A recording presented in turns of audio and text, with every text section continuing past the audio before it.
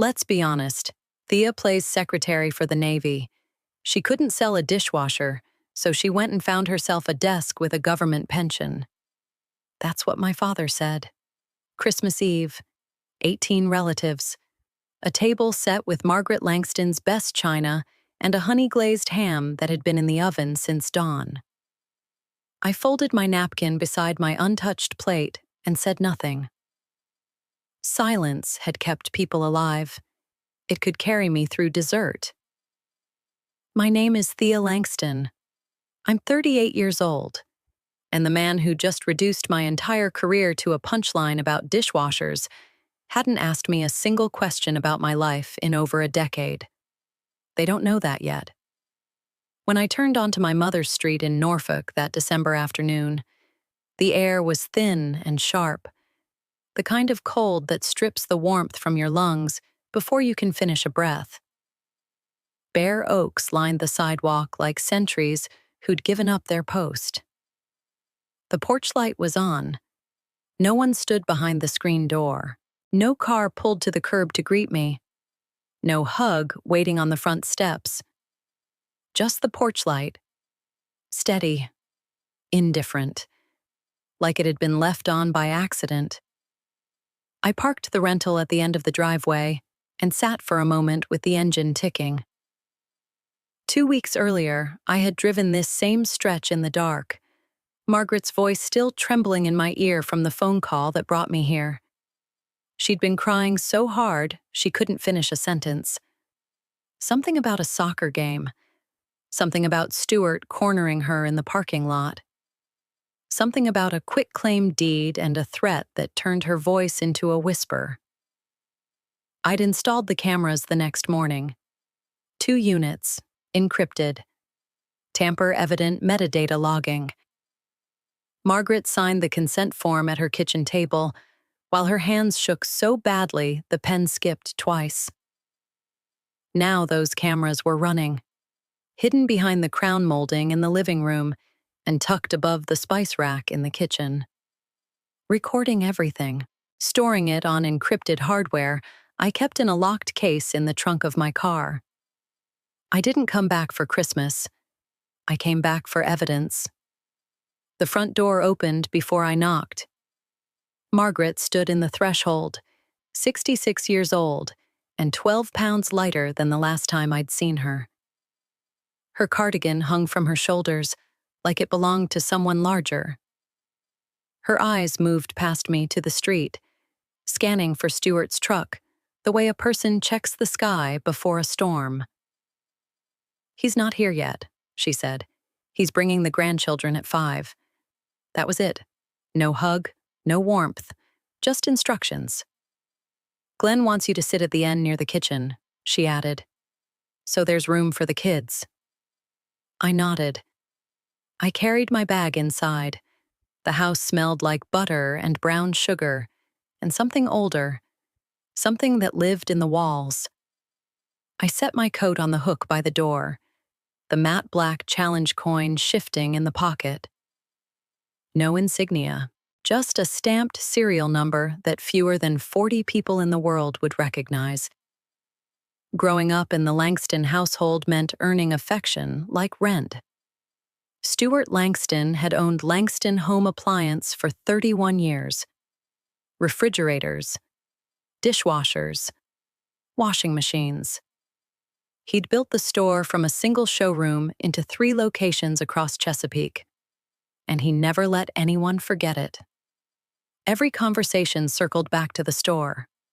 Every achievement was measured against it. Every holiday was his stage. When I was 22, I told him I'd been accepted into officer candidate school. He looked at me over his reading glasses and said, "The Navy.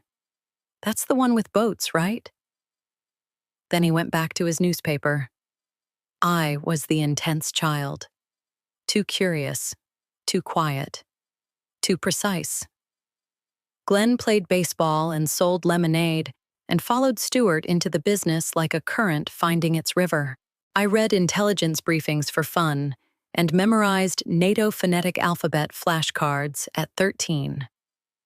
Stuart didn't know what to do with a daughter who preferred silence over salesmanship, so he stopped trying.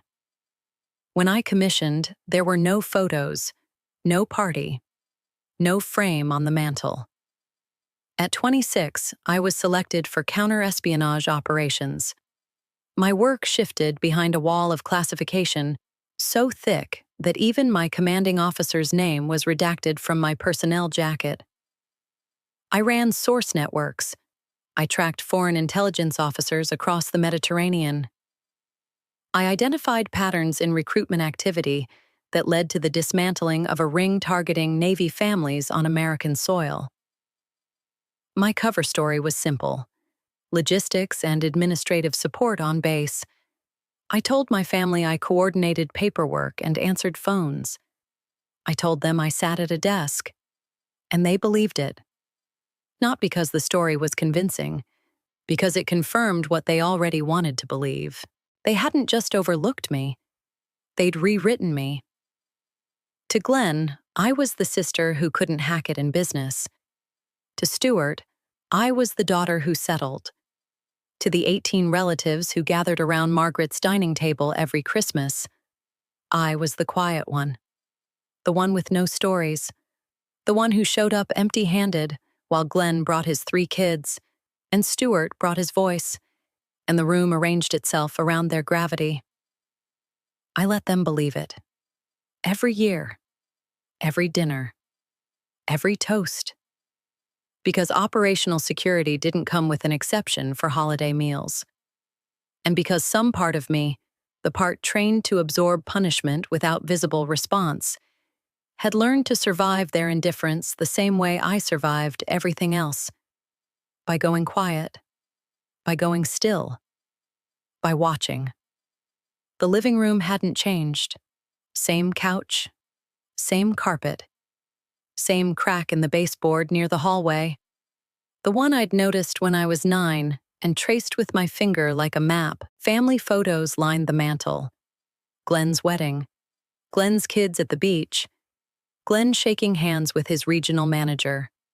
A framed photo of Stuart cutting the ribbon at the 3rd Langston home appliance location. Margaret stood behind him in that one, smiling, holding scissors she'd never been asked to use. Not a single photo of me. If you've ever been the one they forgot to put on the mantel, hit that like button and subscribe. By 5:30, the house was full. 18 people. Folding chairs borrowed from the church. The dining table extended with a plywood board Margaret had covered in a white cloth. Honey-glazed ham, sweet potato casserole with marshmallow crust, green beans with almond slivers, rolls so golden they looked staged for a magazine cover. She had set the table with the porcelain plates she used to save for Easter. It looked perfect, warm, generous, and somehow more dangerous than any briefing room I'd ever entered. Stuart arrived last. He always arrived last. He came through the front door like a man entering his own restaurant, coat slung over one arm, Glenn's youngest riding on his hip. The room shifted toward him. Every guest rotated around his orbit. He kissed cheeks. He shook hands. He told Glenn's wife her casserole smelled like money. Then he saw me. There she is, he said. Not warmth. Inventory. Like he was checking a shelf. Still doing your little desk thing. I took a sip of my water. Same work.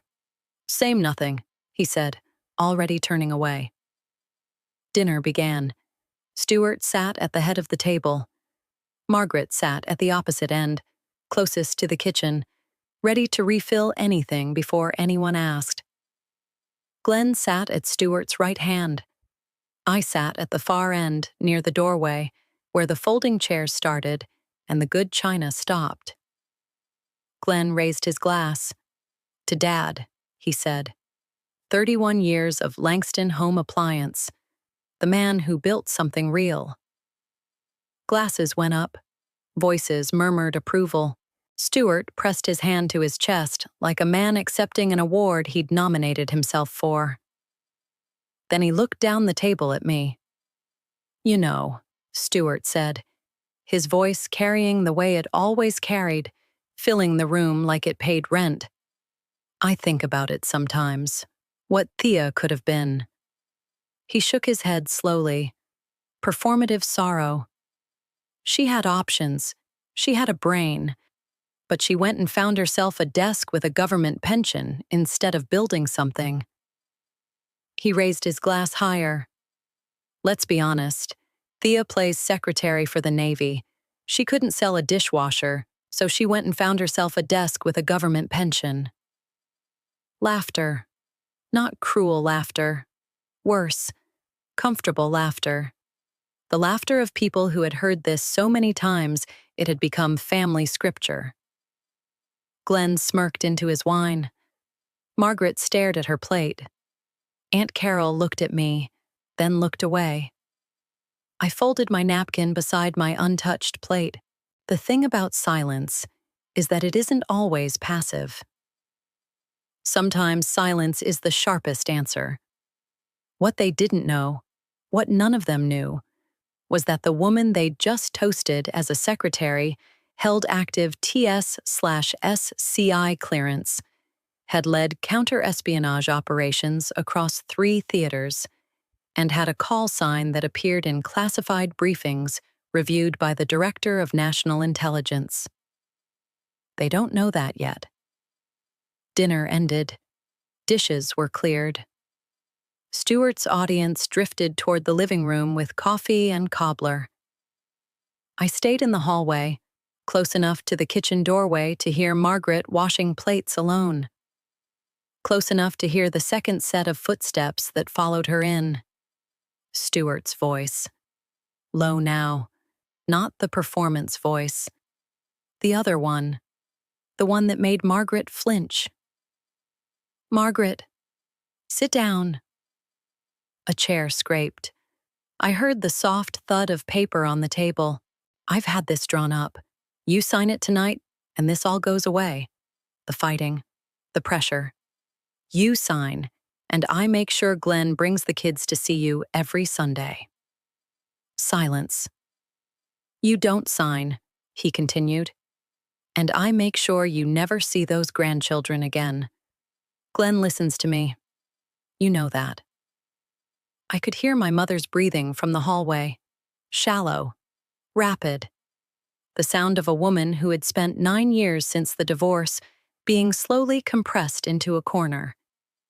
"Stewart, please, it's Christmas. Sign the deed." I didn't enter the kitchen. I didn't need to.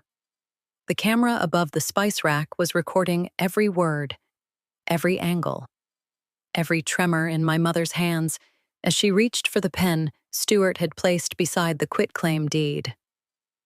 I closed my eyes. The blue glow of the monitor I'd review later was already burning behind my eyelids. Metallic taste rising in my throat. The same taste I got in the field when an operation turned and the variables shifted and the only thing left was discipline. Margaret didn't sign. Not because she was strong enough to refuse, because Glenn's youngest ran into the kitchen asking for more cobbler, and the moment broke. Stewart folded the deed back into his jacket. He walked out of the kitchen without looking at her. That was the last Christmas I watched my father try to take my mother's home. That was it. 6 weeks later, I sat in a wooden chair in courtroom 3 of the Norfolk Circuit Court. The fluorescent lights hummed at a frequency I recognized from watch floors. The air smelled like floor polish and old paper and the particular staleness of a room where people came to tell the truth only when they had no other option. Helen Brooks sat beside me, former JAG Corps, civilian family law now. She wore a charcoal suit and reading glasses she didn't need. She kept them on because juries and judges trusted people who looked like they read too much. I'd worked with analysts who did the same thing. Stewart sat at the opposite table with his attorney, a man named David Marsh, who charged $400 an hour and wore cufflinks shaped like gavels. Stewart had dressed for the occasion. Navy blazer, pressed khakis, the gold watch he'd bought himself when the third store opened. He looked like a man who expected to win, because winning was something he'd always been able to purchase. Behind him, in the gallery, sat Glenn, arms folded, jaw tight. He'd driven down from Chesapeake that morning without telling his wife where he was going. Next to Glenn sat Aunt Carol, Margaret's younger sister, who'd come because Margaret had asked her to, and because she was the only person in the family who still answered Margaret's calls without checking the time first. Margaret sat behind me. I could hear her breathing, the same shallow rhythm from the kitchen, the same compression. Judge Robert Harris presided, silver-haired, straight-backed. A small framed photograph on the wall behind his bench showed a younger version of himself in army dress greens. I noticed it the way I noticed everything, filed it, moved on. Helen opened with the petition, Protective Order. Margaret Ann Langston, sole title holder of the residence at 4417 Birch Lane, Norfolk, Virginia, sought protection from Stewart Allen Langston, her former husband, who had engaged in a sustained pattern of coercion, intimidation, and financial pressure designed to force her to surrender legal ownership of her home. Stewart's attorney stood before Helen finished. Your Honor, this is a family disagreement being weaponized by a daughter with a personal vendetta against her father. Ms. Langston, the petitioner's daughter, installed surveillance equipment in her mother's home without disclosure to other family members. She is a low-level administrative employee at Naval Station Norfolk. She is not a law enforcement officer. She has no legal training. This is a recording made under questionable circumstances by a woman with an axe to grind. Stewart nodded along like a man watching his own commercial. Denial, I would learn, was their specialty. David Marsh continued. He described me as controlling, paranoid, a woman who had failed to build a career of substance and who now sought to insert herself into her mother's affairs to compensate for her own professional irrelevance. He used the phrase filing clerk twice. He used the phrase government desk worker 3 times. He said the cameras were installed in secret and challenged their evidentiary value. The footage could have been altered, Marsh said. There is no verified chain of custody. We have no proof this recording hasn't been edited, manipulated, or selectively cropped to fit a narrative. He looked at me when he said it. The way people look at someone they believe is small enough to dismiss. I held my gaze. My hands stayed folded in my lap. The matte black challenge coin pressed against my thigh through the fabric of my coat, folded on the chair beside me. No insignia, just the stamped serial number along the rim.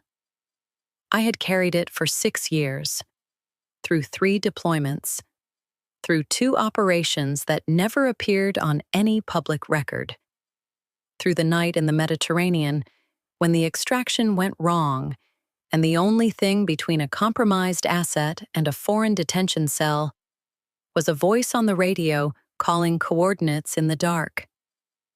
That voice was mine, and the coin was the only proof I was permitted to carry. Marsh picked up a manila folder. Your Honor, we would submit that Ms. Langston lacks the technical qualifications to operate surveillance equipment of the nature described. She works in administrative support. She has no background in digital forensics, no training in evidence handling, and no credentials that would lend weight to any chain of custody claim. He set the folder down like a man closing a sale. Helen turned to me. One nod. I stood, walked to the witness stand. placed my hands flat on the wooden rail the way I'd been trained to present at classified briefings. Steady. Level. No wasted movement. Helen asked me to describe the installation and recording process. I looked at Marsh, then at the judge. Then I spoke. The cameras use ANAES 256 encryption with tamper-evident metadata logging. Each file is hash-verified at capture. The chain of custody mirrors NSA Signal Protocol 14C for evidentiary preservation. Margaret Langston provided written consent on December 11th, in compliance with Virginia's one-party consent statute. Every file is time-stamped, geotagged, and stored on encrypted hardware with dual authentication access. The footage has not been altered. It cannot be altered without breaking the hash verification, which would be visible in the metadata. Marsh stopped writing. His pen hovered above his legal pad for 3 full seconds before he set it down. He looked at Stewart. Stewart's smirk had shifted. Not gone, but recalibrated. The expression of a man who had just heard a language he didn't speak. Judge Harris leaned forward slightly. His eyes moved from me to the challenge coin visible at the edge of my coat on the chair. I saw the moment his gaze caught on it, the way a trained eye catches on something that doesn't belong in a civilian courtroom. His brow tightened by a fraction. He didn't ask. Not yet. Ms. Langston, Marsh said, standing again. Where exactly did you receive training in NSA signal protocols? I looked at him.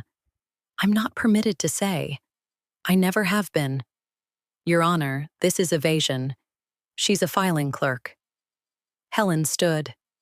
Your Honor, if the court will permit, we have one additional witness who can speak directly to Ms. Langston's qualifications and the integrity of the evidence. Judge Harris nodded. Proceed.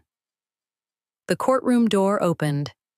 Captain Douglas Ward entered in navy dress blues, full ribbons across his chest. More ribbons than anyone in that courtroom had likely seen outside of a ceremony. He walked the center aisle with the cadence of a man who had spent 30 years in rooms where precision was not optional. His shoes struck the floor in even intervals. His cover was tucked under his left arm. His posture made the courtroom feel smaller. He did not look at Stewart. Not at first. He looked at me. One nod. Measured. The kind of acknowledgement that carried rank and history and 7 years of operations that would never be spoken of in a room like this. The kind of nod that said, I know what you've done, and I know what it cost. Judge Harris straightened in his chair. I saw his eyes move towards ribbons, then to the insignia on his shoulder boards. Captain. 06. The judge's hand moved unconsciously toward the edge of his bench, the old reflex of a man who had once saluted officers of that rank. Helen approached the stand. Captain Ward, can you state your name and position for the record? Captain Douglas Ward, United States Navy. Commanding Officer, Naval Intelligence Activity, Naval Station Norfolk. The word intelligence moved through the gallery like a current. Glenn unfolded his arms. Aunt Carol's hand found the edge of the pew in front of her. Captain Ward, in what capacity do you know the petitioner's daughter, Thea Langston? Ward turned toward the gallery, not toward Stewart, toward the room, and he spoke the way he spoke in briefings, clear, unhurried, each word placed like a coordinate on a map. Lieutenant Commander Langston has served under my command for 7 years. The room shifted. I felt it before I saw it, the way air pressure changes before a storm front. She has led counter-espionage operations across 3 theaters under TS/SCI clearance. She identified and helped dismantle a foreign intelligence recruitment ring, targeting Navy families on American soil. Her work has been reviewed at the highest levels of the intelligence community. Her operational call sign is Night Watch. If you've ever been underestimated by people who don't know the real story, hit that like button and subscribe. Glenn's mouth opened, then closed. His hands dropped to his sides. Aunt Carol covered her mouth with both hands. Margaret's breathing behind me changed. Deeper. Slower. The sound of something unclenching after years. Stuart's face drained of color. Not all at once, in stages. Like watching a tide pull back from sand. His jaw loosened. His shoulders, which had been squared toward the judge all morning, curved inward. The gold watch on his wrist caught the fluorescent light as his hand slipped from the table to his lap. Even the fluorescent lights seemed to hum louder. "Lieutenant Commander," Ward continued. He turned toward me now. "Not administrative support, not a filing clerk, not a secretary." Each word landed like a stamp on a classified document. An intelligence officer who has spent 12 years protecting the people in this country, who will never know her name. Ward reached into the portfolio he carried and produced a single document. He handed it to the bailiff, who passed it to Judge Harris. A letter of commendation. Redacted in places, black bars across operational details, but the seal at the top was unmistakable. The Office of the Director of National Intelligence. This officer's work, Ward said, has directly protected the families of over 400 service members, including, I should note, families in this very district. Judge Harris studied the letter. His thumb traced the edge of the seal. He looked up at me. Something passed across his face that I recognized. Not surprise. Recognition. The expression of a man who had served, who understood the weight of what couldn't be said, acknowledging the cost of silence in a room that demanded speech. Ward turned to me. He did not salute. You don't salute indoors without a cover. But he nodded, and the nod carried the full weight of what a salute would have meant. 7 years. 3 theaters. Every late-night briefing. Every source I ran. Every threat assessment I wrote that kept someone's family safe, while mine picked me apart across a dinner table. Stuart's attorney placed a hand on Stuart's arm. Stuart shook it off, but his hand was trembling. The blazer that had looked so commanding an hour ago hung on him differently now, like it belonged to someone larger. I didn't know. Stuart's voice cracked on the second word.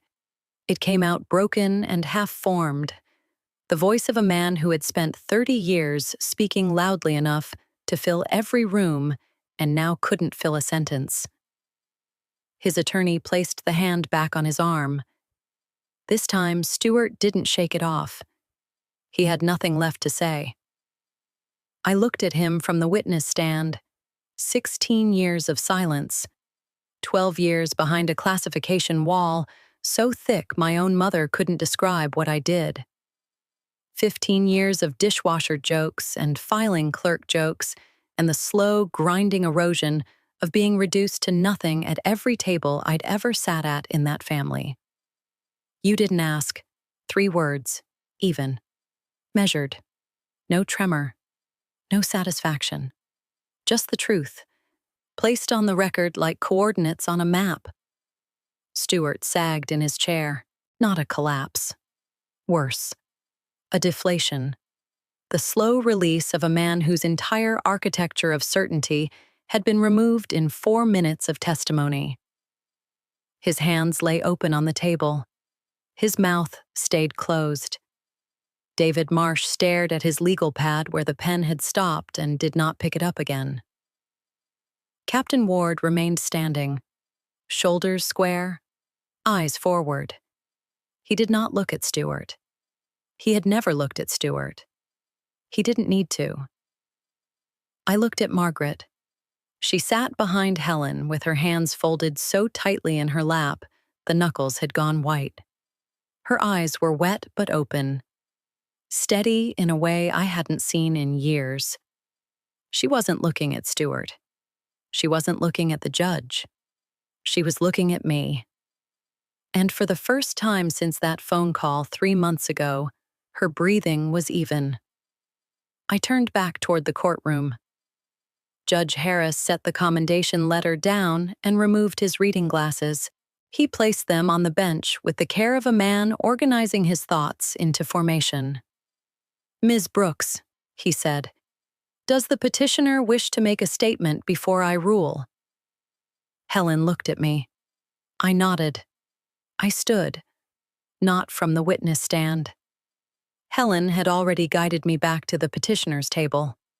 I stood from my chair the way I stood in briefings, hands at my sides, spine straight, voice level. "Your Honor." The courtroom was still. The fluorescent hum had faded into the background, or maybe I'd stopped hearing it. Stuart sat 7 feet away. He hadn't moved. His blazer was wrinkled where he'd hunched forward, and the gold watch had slid down his wrist like it no longer fit. I didn't look at him. I looked at the judge, and then I spoke. "You spent 30 years measuring worth by what you could sell. But some work can't be displayed on a mantle. And some people are worth protecting even when they can't protect themselves." I let the words settle. Then I turned, not toward Stuart, toward Margaret. Her chin lifted. The cardigan still hung too loose on her shoulders, but her back was straight. "My mother gave 40 years to this family. She raised 2 children in that house. She held it together when the marriage fell apart. She held the deed because it was hers. It was always hers. And no amount of pressure, no threat about grandchildren, no quitclaim deed slid across a kitchen table on Christmas Eve should have ever made her doubt that." I sat down. Stuart's mouth opened, a reflex, the opening motion of a man who had always had something to say. But nothing came out. His hands pressed flat against the table. David Marsh leaned toward him and whispered something. Stuart didn't respond. He stared at the wood grain in front of him like it contained instructions he couldn't read. There is power in patience. There is freedom in truth, even if it comes late. Judge Harris picked up his pen. He wrote for 11 seconds. I counted. Then he looked up. "The court has reviewed the surveillance footage, the testimony of Captain Ward, the consent documentation filed by Margaret Langston, and the petition submitted by counsel. The footage is admissible. The chain of custody is verified. The content is unambiguous." He turned toward Stuart. "Mr. Langston, what I observed on that footage was not a family disagreement. It was coercion, directed at a 66-year-old woman, in her own home. On Christmas Eve, you threatened to withhold her grandchildren unless she signed away the sole asset she possesses. You did this knowing she was alone. You did this knowing she was afraid." Stuart's head dropped by 2 inches. Not a bow, a fracture. "I am granting a full protective order effective immediately. Margaret Ann Langston retains sole and uncontested possession of the property at 4417 Birch Lane, Norfolk, Virginia. Stuart Allen Langston is prohibited from approaching within 500 feet of the residence, the petitioner, or any property owned by the petitioner. This order is effective for 2 years and renewable upon petition." He paused. "Additionally, I am referring this matter to the Commonwealth's Attorney for investigation under Virginia's elder abuse statutes, specifically financial exploitation by coercion. Mr. Langston, I strongly advise you to retain criminal defense counsel." Stuart's attorney closed his folder. Stuart didn't move. The gold watch caught the light one more time as his hand slid off the table into his lap. His shoulders, the ones that had squared toward every room he'd ever entered, rounded inward like a storefront pulling its shutters down. Glenn sat in the gallery with his arms at his sides. His jaw worked back and forth. He stared at the back of Stuart's head with the expression of a man recalculating a debt he didn't know he owed. When the hearing adjourned, I walked into the hallway. Helen carried the file. Margaret walked beside me, her hand resting on my arm, the lightest pressure, the first time she'd touched me in 3 years. Glenn was waiting near the water fountain. He stood when he saw me. His tie was loosened. His face carried the particular gray of a man who had just learned that the story he'd been living inside was built on a foundation he never checked. "Thea." I kept walking. "Thea, wait. I didn't know. None of us knew." I stopped. Not because he'd earned the pause, because I wanted to be precise. "You didn't want the truth, Glenn. You wanted a confession. You wanted me to be what he said I was because it was easier than asking a single question in 15 years. He opened his mouth, closed it. His hands went to his pockets, then came out again, finding nowhere to rest. I turned and walked through the courthouse doors into the February air. Cold. Clean. The kind of cold that strips everything down to what's real. Margaret followed. Aunt Carol held her arm on the other side. Behind us, through the glass doors, I could see Stuart still sitting at the defense table. Alone. David Marsh was packing his briefcase. The courtroom was emptying around him. But Stuart sat in his chair, like a man who had forgotten how standing worked. The criminal investigation opened 3 weeks later. The Commonwealth's attorney reviewed the footage, Margaret's testimony, and a pattern of financial pressure dating back 6 years that Helen had documented through bank records, text messages, and the testimony of 2 neighbors who had witnessed Stuart arriving uninvited at the house. The case moved slowly, deliberately. The way systems move when the evidence is clean and the jurisdiction is clear. Stuart hired a criminal defense attorney, then fired him, then hired another. His name appeared in the Chesapeake Pilot 3 months later in a 6-paragraph story about the investigation. The third Langston home appliance location closed that spring. Not because of the article, because Stuart stopped showing up. Glenn told Margaret in a voicemail that Stuart had moved to a rental apartment near the Outer Banks. He didn't say which town. Margaret didn't ask. Glenn called me twice. I let both calls go to voicemail. The first was an apology that began with, "I just think you should understand my perspective." I deleted it before he reached the second sentence. The second was shorter, quieter. "I don't know what to say, Thea." He was right. He didn't. I didn't go to Easter that year. Not out of spite. Not out of pride. But because I no longer needed to step into a place that asked me to shrink. Margaret stayed in the house. She painted the guest bedroom in April. She planted tomatoes in the side yard where Stuart used to park his truck. She called me every Sunday at 7, and I answered every time, and we talked about nothing important. And it was the most honest conversation we'd had in a decade. The guest cottage at the back of the property had been empty for years. 1,200 square feet, 1 bedroom, a kitchen with a window facing the garden.